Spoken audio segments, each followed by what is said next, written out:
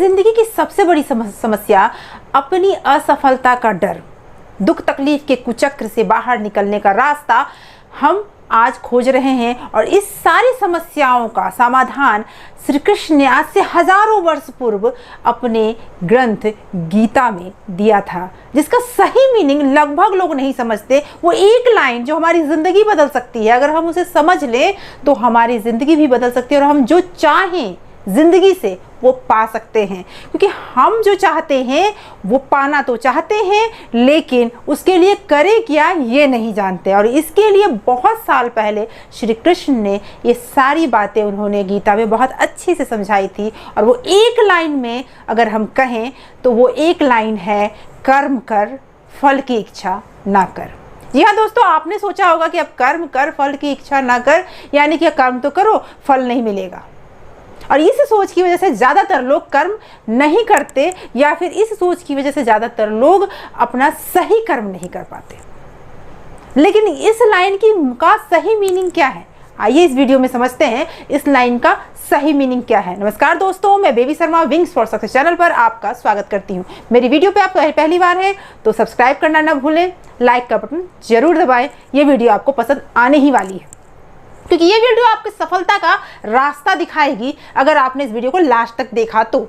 आइए वीडियो को स्टार्ट करते हैं और जानते हैं कि वो क्या मूल मंत्र है जो इस लाइन में छुपा हुआ है। कुछ लोग सोचते हैं कि कर्म किए जा फल नहीं मिलेगा, कुछ लोग सोचते हैं बहुत मेहनत करोगे तब फल मिलेगा।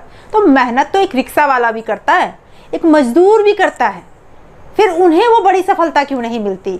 वो अपनी लाइफ में वो क्यों नहीं पाते जो वो चाहते हैं? मेहनत तो वो करते हैं। इस चीज को समझना बहुत जरूरी है कि मेहनत करने से फल मिलता है या क्या करने से मिलता है, या फल मिलता ही नहीं है। फंडा क्या है?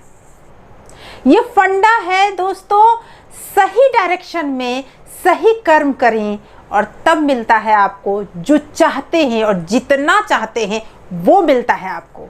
तो ये फंडा है। चलिए इस बात पे पहले गौर करते हैं कि क्या कर्म करने से भगवान श्री कृष्ण ने कहा कि फल को त्याग दें और कर्म करें आपको कुछ नहीं मिलेगा। पहले इस बात को समझते हैं। ये बात उन्होंने कही थी महाभारत के युद्ध में, जो संसार का सबसे बड़ा युद्ध कहा जाता है। उस युद्ध में जब ये लाइन उन्होंने अर्जुन से कहा तो क्या कहा कि तुम ये युद्ध में हार जाओगे या हारने के लिए कर्म करो। उन्होंने ये प्रवचन उन्हें क्यों दिया? जीतने के लिए, ताकि वो सही दिशा में कर्म कर सके। और वो ये प्रवचन सुनकर जीते भी, इतना बड़ा युद्ध उन्होंने जीता। तो इसका मेन मीनिंग ये है कि इस प्रवचन का ये अर्थ तो कतई नहीं है कि आप कर्म करोगे और आपको कुछ नहीं मिलेगा। तो इसका सही मीनिंग क्या है? पहले तो ये समझते हैं कि कर्म किस तरह से काम करता है। कर्म का 3 लेवल होता है। पहला लेवल जो हम बॉडी से करते हैं, अपने शरीर से जो कर्म करते हैं, वो होता है पहला लेवल कर्म का। और ये जो कर्म का लेवल होता है वो कोई मायने ही नहीं रखता आपकी सफलता में। इस बात को समझना बहुत ज़रूरी है कि वो कोई मायने नहीं रखता आपकी सफलता में। आप एक एग्जाम्पल से समझ सकते हैं कि एक व्यक्ति है जिसे 2 व्यक्ति मिलकर पीट रहे हैं। एक व्यक्ति को 2 व्यक्ति मिलकर पीट रहे हैं, उसमें से एक पीट रहा है अपने फायदे के लिए उसे, और दूसरा पीट रहा है एक इंसान को बचाने के लिए उसको। ये दोनों की सोच में अंतर है और यही आपका कर्म काम करता है। भी कर्म को करने के पीछे आपका उद्देश्य क्या है वो बहुत बड़ा मायने रखता है। दूसरा लेवल है कर्म का जो आप बोलते हैं, और तीसरा लेवल है कर्म का जो आप समझते हैं। जो भी फंडा है वो यहाँ है और यही काम करता है। जो भी शुरुआत है वो यहाँ से काम करता है, और सफलता भी आपको यहीं से मिलती है। बॉडी का कर्म तो आपका जो है वो बहुत ज़्यादा आपके लिए काम नहीं करता।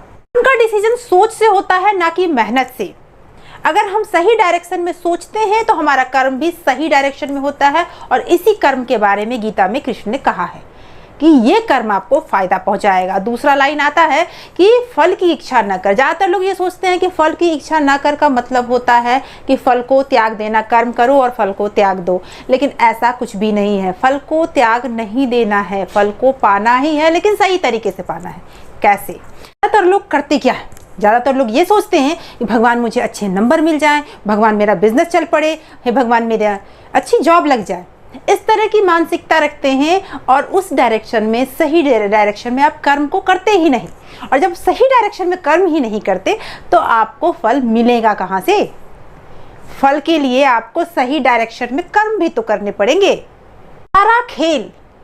सारा खेल माइंड का है, इस बात को आप जरूर समझिए।